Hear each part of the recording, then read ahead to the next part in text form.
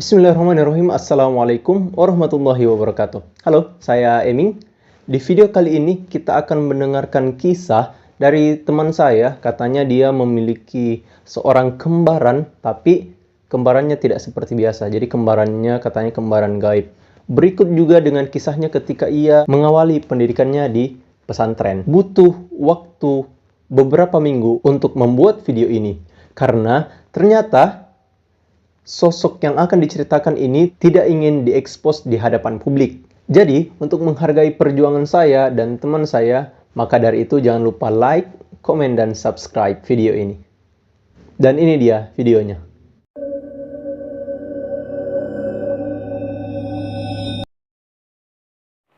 Assalamualaikum warahmatullahi wabarakatuh. Perkenalkan, nama saya Hikmawati Sofian, biasa dipanggil Cima, alumni UMI, jurusan Manajemen Fakultas Ekonomi.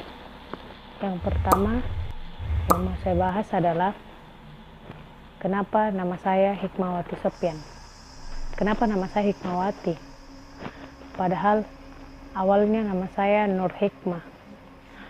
Sebenarnya nama saya Hikmawati karena saya punya kembaran yang namanya Darmawati. Dia adalah makhluk yang tidak biasa, tidak seperti kita, tidak seperti manusia pada umumnya, karena dia tidak terlihat. Namanya Darmawati. Waktu saya lahir, saya diberi nama Nur Hikmah. Terus malamnya bapak saya mimpi ketemu dengan seseorang yang mirip dengan saya, tapi dia agak jutek, agak pemarah gitu ya, susah senyum. Dia kasih mimpi bapakku, terus natanya ke bapakku bilang, Pak, Dengki kasih nama adekku Nur Hikmah, kasih saja nama Hikmawati karena namaku Darmawati. Nah, itu kenapa saya diberi nama Hikmawati. Sofian itu nama bapak saya. Kemudian awalnya pas ditanya, Kak bilang saya punya kembaran, tidak percaya Kak dulu, karena saya bilang mimpi ji bapakku itu, mimpi ji. Itu percaya Kak bilang saya punya kembaran yang tidak dilihat sama orang lain. Pertama waktu kecil Kak, umur 5 tahun 6 tahun lah. Saya di Malaysia itu hari. Terus pas sudah Kak dipukul sama bapakku karena nakal Kak toh. Dipukul sama bapakku. Pas sudah Kak dipukul, sudah Kak menangis, baru lihat Kak di tembok toh. Di tembok kan itu kamarku kayak ndak terlalu luas ji. Jadi toh baru itu dindingnya dia kayu tripleks. Ada dindingnya yang tripleks. Di situ Kak maceleng di dinding tripleks. Nah di situ mi lihat Kak bayanganku ada dua, padahal sendiri ya di dalam kamar. Lihat Kak bayanganku ada dua, saya duduk, bayanganku yang duduk, terus ada lagi bayanganku yang satunya berdiri di belakangku. Di situ kaget Kak tuh, baru berkatanya sama bapakku ji yang kayak bapakku itu percaya karena maksudnya dia sudah lihat sebelum saya toh.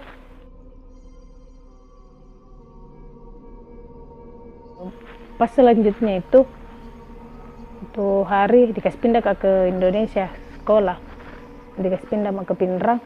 Pas di Pinrang selalu Kak dikirimkan barang-barang sama orang tuaku kayak ikat rambut, pakaian. Nah kalau misalnya dikirimkan ke ikat rambut tuh pernah dikirimkan Kak ikat rambut 4, pakaian 2, sama minyak rambut 1, minyak rambut yang minyak Essence Baby. Nah di situ tuh ikat rambutku hilangnya 2, pakaianku hilang 1, sama minyak rambutku hilang setengah, padahal tidak pernah kubuk, maksudnya baru 1 kali kupakai karena bisa hilang setengah. Kalau misalnya memang tumpai berarti kelihatan di situ belum berminyak ki. Nah tidak ada pernah pakai itu minyak rambut selain saya. Nah di situ mulai lagi muncul kayak bilang ada betulan kayaknya ini kembaranku, karena kan namanya anak kembar tuh pasti selalu mau sama, apa-apa dibelikan ki mau juga kembaran tak kayak begitu tuh. Cuman ya bedanya saya kembaranku tidak terlihat ki, dia itu tuh dia itu mukanya kayak di saya, ya namanya juga kembar kayak di saya, cuman dia kayak mukanya kayak susah senyum, kayak begini terus, kayak begitu mukanya. Dia itu suka karena kendalikan dulu. Pokoknya waktu ku kecil itu tuh pernah main-main sama sepupuku. Terus ini sepupu satu kali ku tanya, ke bilang, oh itu sepupu satu kali ku datang itu bawa ke balonnya, baru naganggu ke main-main sama sepupuku yang lain. Jadi ku tanya, ke bilang, jangan ku ganggu kak, ku bilang begitu tuh, jangan ku ganggu kak, main kak, tapi masih kan masih naganggu. Sudahnya itu naganggu kak tuh langsung emosi. Pas emosi kak, ternyata kayak merasa kak bilang bukan diriku ini yang marah, karena bisanya itu saya marah sampai ku dorong gitu ada sepupuku, baru ku tarik rambutnya, baru ku seret, tarik rambutnya baru ku seret ki sampai ada orang tuh, sampai ada nenekku bilang sampai ada nenekku lepaskan gitu tanganku dari kepalanya sepupuku. Seandainya tidak deh, ku pikir bagaimana mukanya sepupuku, bagaimana rambutnya yang ku tarik, lepas mi kapan.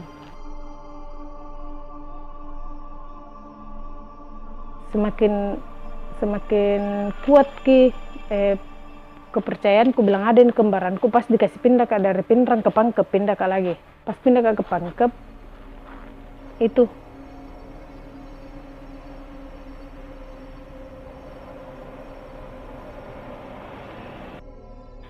kan dikasih pindah toh dari Pinrang ke Pangkep. Pas pindah ke Pangkep itu kelas 5 SD, itu ada temanku dia bilang, Mia nggak tahu kenapa kayak najak terus kak bertengkar itu hari, tapi sabar jadi ya tidak pernah cukup bati-bati. Nah pas itu hari kejadiannya di kelas, masuk ini orang tuh masuk nih, terus itu wali kelasku keluar pergi ambil teh, pergi di ruang guru, baru dikasih semacam tugas, ku kerja tugasku, baru itu Mia pergi pukul mejaku.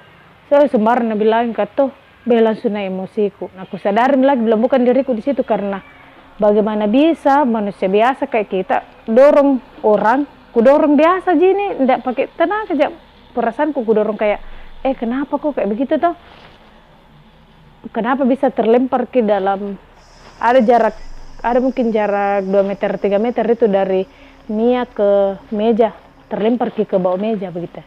Di situ tuh heran tonja sebenarnya, bilang kenapa bisa selalu begini kalau lagi emosi kak, lagi menangis kak, kayak begitu toh. Nah pas lebih parahnya lagi besoknya itu Mia demam ki, tapi tidak merasa bersalah pak, bilang gara-gara saya pukul kita atau gara-gara saya dorong kena demam, karena aku bilang tidak mungkin. Nah pas itu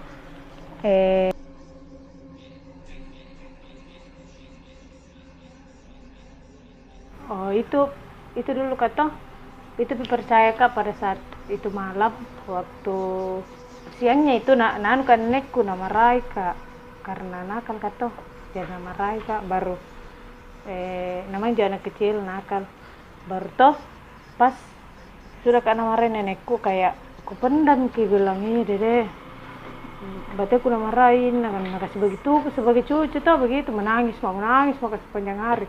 Nah pas malamnya di mimpiku datang nih, di mimpiku itu toh ada dua kak kulit diriku, yang satunya itu saya sendiri, yang satunya itu tidak tahu siapa, mungkin itu nih kembaranku, mirip sekali sama saya, tapi bedanya dia lagi-lagi dia tidak bisa senyum, kapan memang jadi orang itu anak tidak bisa senyum. Terus di situ mimpiku pegangi sapu, terus kuliah ada nenekku di situ mau pukul nenekku, tapi teriak kak bilang bilang weh jangko nenek itu. Nah pas itu semakin kularang, semakin emosi, baru pukul mentung nenekku kak, sampai kuliah di situ nenekku kesakitan kudu. Nah pas besoknya bangun kak, tuh aku bilang sampai buruk kak lagi. Mungkin gara-gara dendam kain sama nenekku tuh. Bet pas besoknya bangun kak, demam ke nenekku juga. Persis sekali kayak kasusnya itu Mia. Nah di situ mah percaya. Ayo mulai dari situ belajar mah bilang bagaimana caranya ku kendalikan ki emosiku, ku kendalikan diriku, kendalikan ki menangisku biar tidak nak kendalikan kak kembaranku, tidak nak kendalikan ke itu dharma. Banyak sekali kasus-kasusku dulu waktu kecil. Nah itu dikasih masuk di pesantren. Pas di pesantren toh kak tetap ada itu dharma ikuti kak, ada itu dharma cuman tidak separah waktuku kecil karena di pesantrenku lebih banyak lagi gangguan lainnya. Dharma ini ceritanya menyatu sama saya baik begitu ya. Kayak nanggap dirinya bilang oh betul-betul saudara kembar kak, dan sampai sekarang bahkan saat ini masih tetap ada itu saudaraku. Toh yang kumaksud itu makhluk lain di pesantrenku toh kak, ada banyak makhluk selain dharma yang kutemui di pesantren. Cuman pas kak di pesantren banyak sekali makhluk-makhluk yang tidak pernah kulihat sebelumnya. Pas main di pesantren, pas masuk di pesantren, kan itu di pesantrenku berasrama-asrama orang, ada asrama Aminah, Fatimah, Aisyah, Hadijah, kayak begitu tuh. Nah saya kebetulan tinggal di asrama Fatimah. Pertama kali ku itu tinggal di pesantren, suara judul ku dengar awalnya, suara-suara kayak orang gerak jalan tengah malam, kayak hentakan kaki yang kayak gerak jalan orang yang kanan kiri yang tak kayak begitu. Nah yang kedua itu suara orang lari tengah malam, lari kencang sekali. Suara yang ketiga itu suara sepeda, kayak orang sepeda tapi yang balap-balap yang kayak begitu. Nah di sini pas masih kelas 1 kak di sini, nggak pernah selama di pesantren kan nggak pernah kerasukan, cuman selalu kak sakit, nggak tahu kenapa, demam lah, ada saja sakitku pokoknya setiap selalu kak sakit. Bukan bilang kalah sih karena memang biasa dulu waktu di pesantren sering kalah itu. Nah itu hari pertama kali kak sakit. Oh sebelum sakit kak itu hari subuh kan itu asramaku di sini beda sama WC-nya kak toh. Di WC-nya dia terpisah di luar asrama dan di dalam asrama. Jadi kalau mau pergi mandi buang air kecil buang air besar itu berudu harus keluar dari kamar.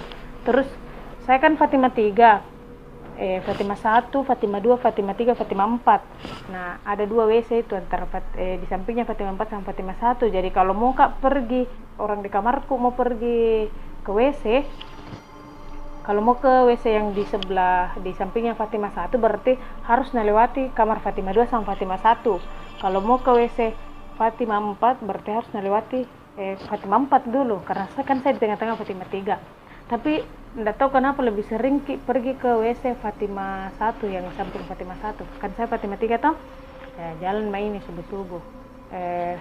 Pas itu hari sama kak, pokoknya teman sekamarku je. Nah kan itu di Fatimah 1 ada kayak tempat-tempat duduk yang semen-semen itu, yang tempat-tempat duduk semen yang intinya itu pembatas antara asrama Fatimah dengan asrama Aisyah. Nah itu saya sudah buang air kecil, sudah berudu mau ke masjid. Nah berdiri kak di situ yang besi-besi tempat duduk, berdiri kak di situ. Nah pas berdiri kak melihat kak ke dalam asrama Fatimah 1, melihat kak ini begini ke dalam asrama Fatimah 1, lihat kak orang dari belakang ini kata dia panjang sekali rambutnya, sampai paha selutut lah, sampai lutut, terus baju putih. Nah kebetulan kita di pesantren suka pakai roknya mukena sampai di sini yang memang begitu ya kebiasaan tak pakai rok mukena sampai di sini. baru kalau misalnya masih basah rambut tuh diurai untuk dikasih keringkan dulu sebelum pakai ki mukenanya. Nah, saya kupikir begitu. Nah, itu kaget kak pas kuteriaki bilang, kak siapa kau panggil itu hari? Kak Inma kayak kak Inma, kak Lia, kak begitu toh. Yang anak-anak asrama Fatima 1 kuteriaki. Pas balik kak kita tahu balik itu balik ini pelan-pelan begini balik ki pas itu balik ki lihat ke mukanya hancur kayak bayi mandi, kayak kayak luka bakar mukanya, dan tidak ada di pesantren orang begitu mukanya. Baru tuh kak tidak kayak rata mukanya, kayak tidak pokoknya tidak kentar bilang muka kayak hancur ke mukanya. Iya, lari mak sampai di kamarku itu deh. Tegang sekali kayak ya Allah, aku bilang begitu toh. Apa ini kulihat barusan, karena menyeramkan sekali. Kan biasanya kalau di kampung waktu aku kecil itu kalau lihat kak tuh paling kayak bayangan besar atau kayak suara-suara biasa di kampung dikenal sama parakang begitu tuh, kayak begitu suara-suara tengah malam orang kayak bunyi-bunyi bebek di comberan, kayak orang-orang maisap di got, atau kan di belakang rumahnya ndokku itu waktu kecil kebun. Jadi kalau ada mie buah busuk itu, nah selalu mendatangi parakang. Baru toh pas itu hari kan ini yang pertama kali aku melihat yang begitu menyeramkan. Pas kedua kalinya itu sakit kak tuh demam kak di pesantren, demam kak. Pas itu demam kak kan nggak pergi mau belajar ini, jadi sendiri kak di kamar. Nah ada guruku dibilang ibu Kak Lela namanya, dia jagai kak. Nah itu hari kebetulan keluar pergi beli makan untuk saya sebelum minum obat kak toh siang ini, karena siang bayangkan Miki kan itu tidur kak di samping pintu kamar, di samping pintu kamar kak tidur karena panas kak tuh orang demam tidur makanya itu di samping pintu toh.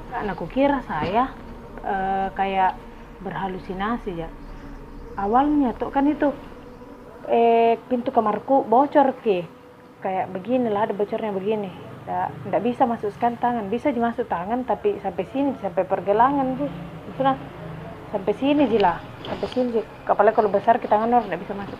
Karena itu kan saya nggak ada apa pegangnya itu pintu kamar asrama aku, jadi itu lubangnya dipegang kalau mau buka pintu atau tutup pintu toh biar rapat ki. Nah itu hari kan dekat pintu ke tidur, pas itu hari kulihat di situ lubang mata begitu. Tapi kan biasanya saya juga begitu kak, kalau mau kalian di kamarku tuh bilang ada orang atau tidak, mata aku juga kasih begini. Nah aku kira saya teman kamarku atau kak itu Kak Lela yang datang bawa makanan. Pas lama-lama sudah ada mata tuh kak, tangan lagi pegang itu gagang pintu. Jadi kukira saya masih teman asramaku, karena memang kita kebiasaannya pegang itu gagang pintu yang berlubang toh. Dia asal kita tahu kan toh itu tangan masuk di situ lubang pintu, panjang sekali tuh tangannya kak, baru panjang kukunya tuh kak geriting baru masuk di pintu kamarku tuh, baru nalewati sampingku. Lihat kulihat baik-baik itu nalewati sampingku kak.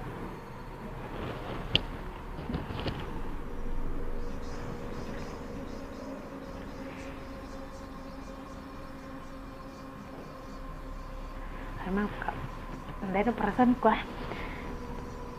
kulihat baik-baik itu lewat sampingku itu tangan yang geriting, baru panjangnya itu tangan kayak dari pintu sampai ke dapur. Nah lewati kakak, ranjang saja ada 2 meter kapan panjangnya itu ranjang, nah lewati itu panjangnya ranjang sampai di belakang tangannya. Langsung aku rasa kayak mau pingsan karena berdiri saya tidak sanggup, mak. Demam kayak ini kau baru udah kasih dia kayak begituan. Nah pas itu hari sembuh matang, pergi ke masjid sholat duhur, tinggal ke baring-baring sampai baru itu lagi sholat asar. Nah pas itu tidur kak pas sudah sholat asar, mimpi enggak betul deh, karena lebih sering aku rasa kayak mimpi kak, padahal nyata itu mimpiku.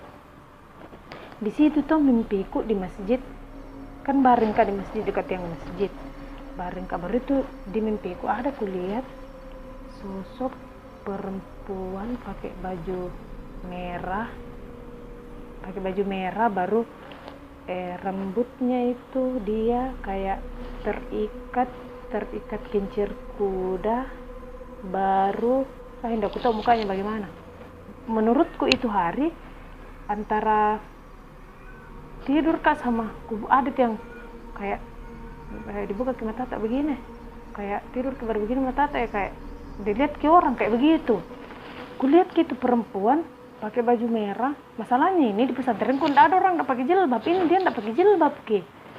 Baru kulihat kita nambil ke sendalku, baru pakai ke sendalku keliling itu masjid, baru sambil ketawa. Dan yang kasih bangun itu ketawanya, ada tuh ketawa yang kutilan hihihi kayak begitu ketawa begitu yang kasih bangun kak dari tidurku. Bangun kata kan ini baru sudah asar, tidur kak bangun kata maghrib nih, pokoknya gelap nih. Lari kak cepat pergi di kamarku.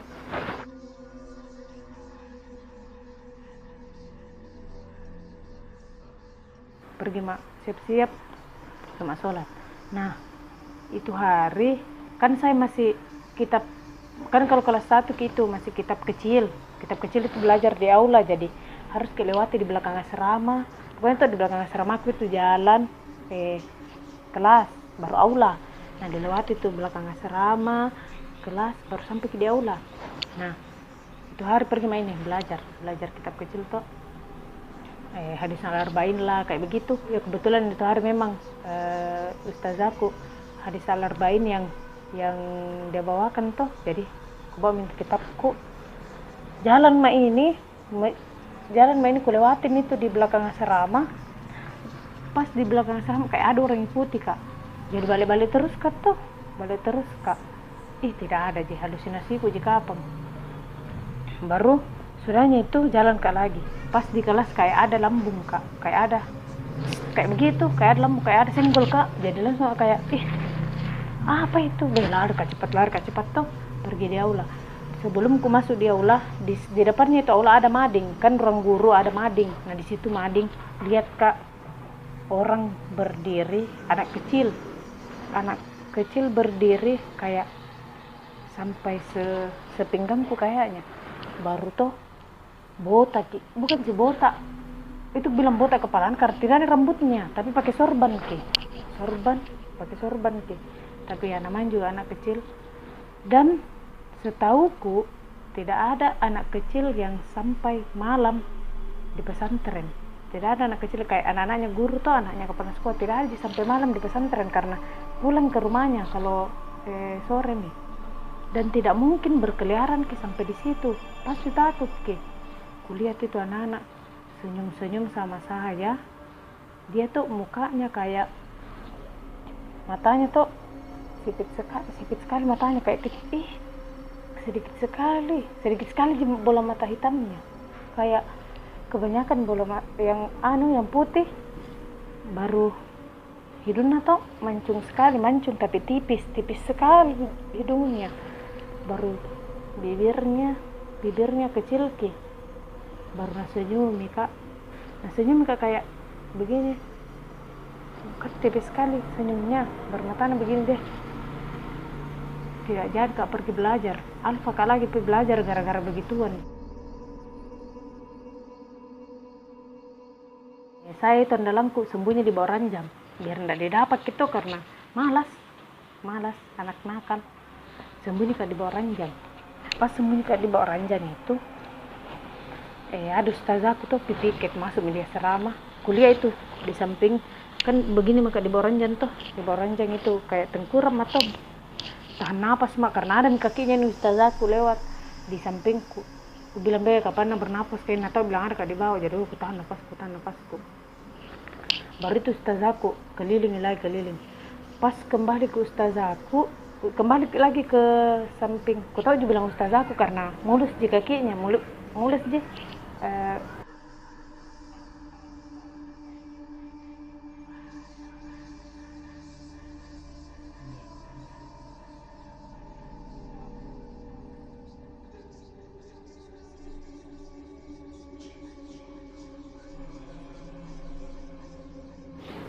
Ku tahu dia bilang ustazaku karena mulus di kakinya, karena kan selalu kak pergi di rumah itu ustazaku, jadi ku tahu dia bilang oh kakinya gini ustazaku.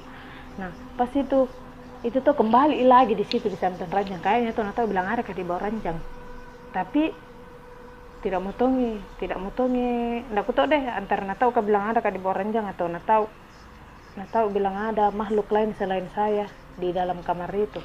Karena kembali lagi ke situ ranjang, jadi itu tuh saya kan awalnya menghadap ke kakinya kak, baru kutahan ke napasku. Jadi itu tuh yang pas datang lagi kembali balik kak menghadap ke kiri begini, karena kan ke kanan kak begini kakinya di sini. Jadi aku bilang capek kata napas, jadi balik ke kiri kak. Tidak tahu pas balik ke kiri kakak ada kulihat ada makhluk yang kayak kukira bantal gulingnya temanku, karena itu hari temanku spraynya putih baru ada bunga-bunganya, tapi pas keluar kak dari ranjang tuh, keluar kak dari ranjang, ku senter gitu bantal guling tidak ada itu bantal guling yang kulihat, baru sekali kulihat di sini di sampingku tidak ada. Ku beranikan diriku karena masukku tak kalah malas, pertengahan jalan orang belajar, tidak mungkin pergi kak langsung di masjid apa dilihat kak dong terlambat, biar mendapat kak ini. Apa sih itu tidak perkah belajar, dengar kak orang menangis di kamarku, menangis itu dengar Barto kan itu kamarku dia di pas ada kayak lemari semua di sini, baru di belakangnya itu lemari ranjang toh, jadi kayak ada lorong di sini untuk makan bersama kalau makan bersama atau duduk sama toh, baru di tengah-tengahnya itu pas mentok di sini ada lemari cermin yang ada cerminnya untuk kita semua kalau mau bergaya sebelum ke sekolah toh begitu bercermin. Nah pas di situ itu malam kulanjut bintu ndak perka belajar, saudara kuliah itu guling tetap juga berantem diriku. Nah kenapa dengar ke orang menangis, kayak aku bilang kenapa sumbernya ini suara kayak dekat sekali, jadi tuh ku cari siapa yang menangis, siapa tahu ada teman asrama aku yang tidak belajar juga, dia baru tuh ada di ranjang duduk kan di sini ada lemari baru ada ranjang, nah belakangnya kak menghadap ke cermin nah rambut sambil menangis, rambut sambil menangis. Wah, aku kira teman kamarku, aku teriakin bilang, kawana, kanurul, aku teriak suami tuh, kak, pas baru kak melangkah, baru mau kupegang tuh, kita tahu balik baru kita tahu apa yang kuliah itu lagi yang kuliah yang di Fatimah 1 kemarin yang buruk mukanya itu lagi kuliah. Pokoknya teriak sama dia serama tidak dengar kak. Pernah juga lihat ke orang pergi ke kencing, baru pergi ke kencing tengah malam kan lagi-lagi terpisah itu WC, bukan WC dalam, WC luar, keluar ke berkencing. Pas kembali kak dari asrama atas, asrama Hadijah, ada motor menyala di lampunya itu motor. Kulihat tuh semakin dekat, kulihat di bawah lampu jalanan tidak ada kepalanya, itu orang yang bawa itu motor. Ya astagfirullah sumpah kak. Aku tanya gitu ustazku sama ustazku itu bilang, bu kenapa kesendirian kak beginian? Ya baru bilang memang di sini banyak, itu pun baik karena tidak mengganggu karena semua yang jahat itu ternyata sudah dipindahkan ke lapangan besar di belakang pesantren. Kok ada lapangan memang kayak besar sekali tuh, di situ dipindahkan ke yang makhluk jahat yang suka mengganggu, yang maksudnya suka narasuki orang. Nah pas itu hari sepupuku tuh ada sepupuku jadi pesantren namanya Jamila. Itu Jamila dia tengah malam tengah malam tuh tidur ki. Tidak, begadang ki, karena kan waktunya di pesantren kita ada istilah malam Jumat itu dengar ki siaran radio yang putar tentang horor-horor. Jadi ditunggu tuh cerita-cerita setan. Nah itu sepupuku nggak tidur ki, baru tuh dia tidur. Pas mau tidur langsung ada nenek-nenek duduk di meja belajarnya. Kan itu sepupuku dia suka sekali gantung kelambu. Tapi itu malam karena capek mengantuk sekali mungkin tuh, jadi tidak na gantung itu kelambunya. Nah lupa sampai ada nenek-nenek tua tanya ke bilang, nak tidak mau lupa gantung kelambumu, gantung ke kelambu nak, kayak begitu, tidak menggantung kelambumu nak, kayak begitu toh. Langsung kayak seketika itu sepupuku kesurupan nih. Dia bawa pulang kampung, pas pulang di kampung tuh selalu kesurupan, diobati dulu tuh biar berhenti sakit. Kalau kamu itu penyakitnya tuh kak, lari, pokoknya lari, merah matanya kayak menyala, baru merah matanya baru lari, pokoknya lari sejauh mungkin. Pokoknya gempar terus begitu kita keluarga, kasihan kalau kamu lagi penyakitnya.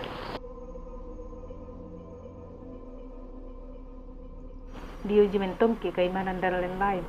Pada itu hari kan ada istilah LDK tuh kak, latihan dasar kepemimpinan. LDK makanya ceritanya masuk LDK tuh. Nah itu di LDK ada kakak-kakak pasti yang menyamar jadi kuntilanak, jadi hantu tuh. Mau ki diuji bilang seberapa takut ki, seberapa anu ki. Nah itu hari tuh kupegang tangannya ini hantu, jalan ke pertama jalan ke itu, kupegang tangannya itu hantu, kukira kakak kelasku, kupegang itu, kukira kakak kelasku. Berpas kupegang, nah ya Kak Hikmah, Kak Hikmah itu harapnya sekarang rambutnya, ada dia bilang Kak Hikmah ya nih. Kupegang tangannya, kita tahu menjalar ki kukuna dari pendek sampai panjang kayak namasuki sini sela-sela bajuku. Dia teriak kak sambil nangis, malah lari teriak. Nah pas selanjutnya itu kakak kelasku betulan hampir mukul. Kukira lagi setan yang kayak ku sentuh sebelumnya, ternyata kakak kelasku betulan. Pas pos selanjutnya ada lagi kayak semacam kuntilanak. Pokoknya tidak mau mak, kukira terus nih bilang, bukan kakak kelasku ini, padahal kakak kelasku nih. Ini sumpah betul-betul menakutkan sekali.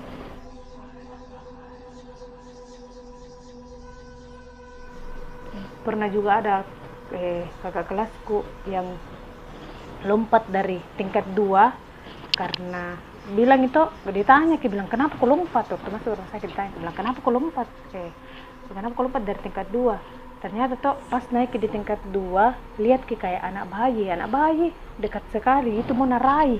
Nah pas mau narai dia jatuh sampai kayak pecah gitu tengkorak kepalanya di sini tuh dijahit nih sampai sekarang itu kodong masih ingat semua itu yang kejadian. Pernah juga namanya juga anak nakal, asik anak nakal itu hari kan ada guruku dibilang Ibu Hale, itu ustazaku, dia berkebun banyak sekali, ada anggurnya, ada ubinya. Itu hari mau bakar ubi, mau kucuri itu cerita ubina. Pas mau kutarik itu kan itu kebunnya di samping masjid, jadi pergi di masjid tuh kutanya juga teman seramaku bilang siapkan mau api, saya yang bukan teman seramaku, teman angkatanku, siapkan mau api, saya nanti yang bakar ubi. Pas itu mau kucabut itu gitu langsung ada lagi itu tangan pegang tanganku. Nah cengkeram kayak begini sampai teriak kayak itu baru aku bilang apa lagi nih, kasihan ganggu kak, jahat memang niatku ya karena mau curi ubinya orang tanpa ku minta. Dia pas itu lari maka toh kutanya ke teman sekamarku, ndak percaya itu. Jadi temani kak, tidak ada apa-apa yang terjadi sama dia. Baru saya sebelumnya dia astaga sumpah mak, maksudku kenapa saya mengganggu atau saya memang yang bisa lihat kok kayak begitu. Ndak tahu mak deka pas itu sudah mak di pesantren tuh